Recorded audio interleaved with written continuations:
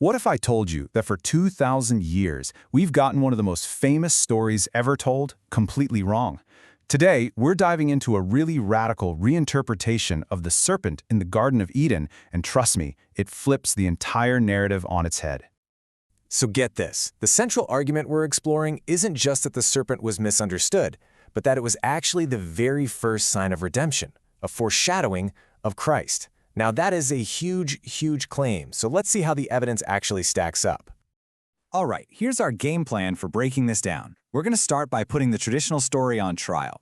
Then, we'll go right back to the original text of Genesis itself. After that, we'll trace this really surprising pattern that pops up throughout the Bible. We'll tackle the biggest objection head-on, and finally, we'll get to the verdict on this ancient mystery. Okay, let's kick things off with the main conflict. For literally thousands of years, there's been one accepted story. But what happens when we put that story side by side with a brand new reading, one that's based on the text's original language and its original context? And here it is, laid out plain and simple. On one side, you've got centuries of tradition telling us the serpent is Satan, the ultimate deceiver. But on the other side, the source's thesis argues that if you read the Hebrew closely, the serpent is actually a holy symbol, a sacrificial archetype. I mean, that's a massive difference, right? So that brings us to our first piece of evidence. The entire case really hangs on just a few key words in the original Hebrew, words that, according to our source, we may have been completely misunderstanding for centuries.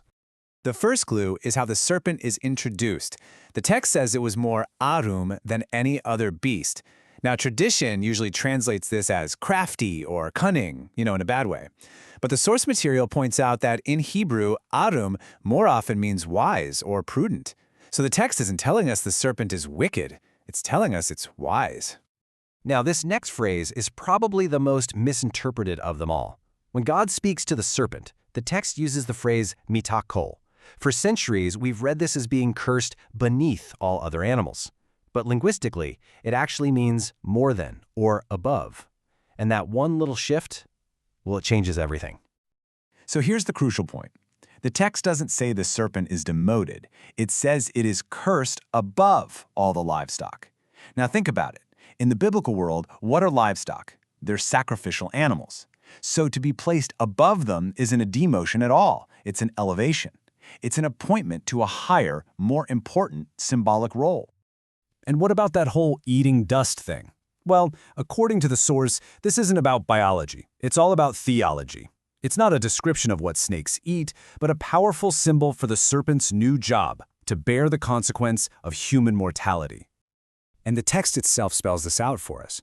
Just a few verses later, God tells Adam that dust is the symbol of our mortality.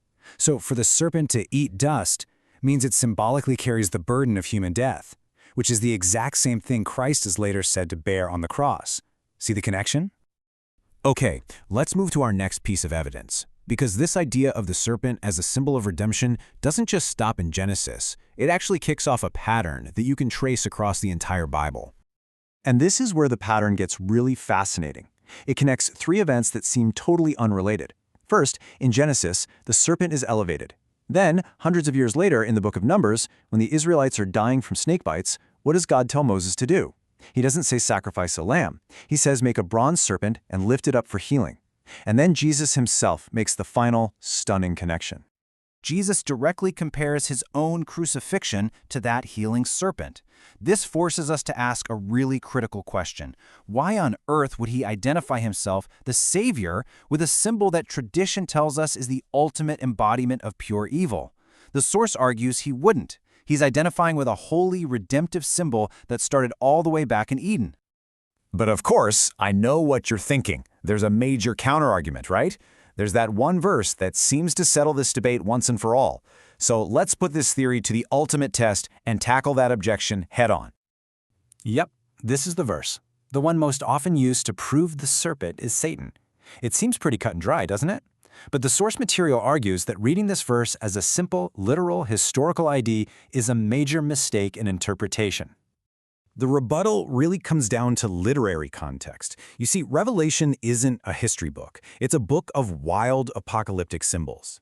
The title Ancient Serpent is used to describe an evil force, pretty much the same way the title Babylon is used to symbolically describe Rome. The argument is simple. You can't let a symbolic book written centuries later go back and redefine the very specific linguistic details we just saw in Genesis. So after looking at the linguistic evidence, the biblical pattern, and the main objection, we finally arrive at the source's pretty stunning conclusion about the serpent's true identity.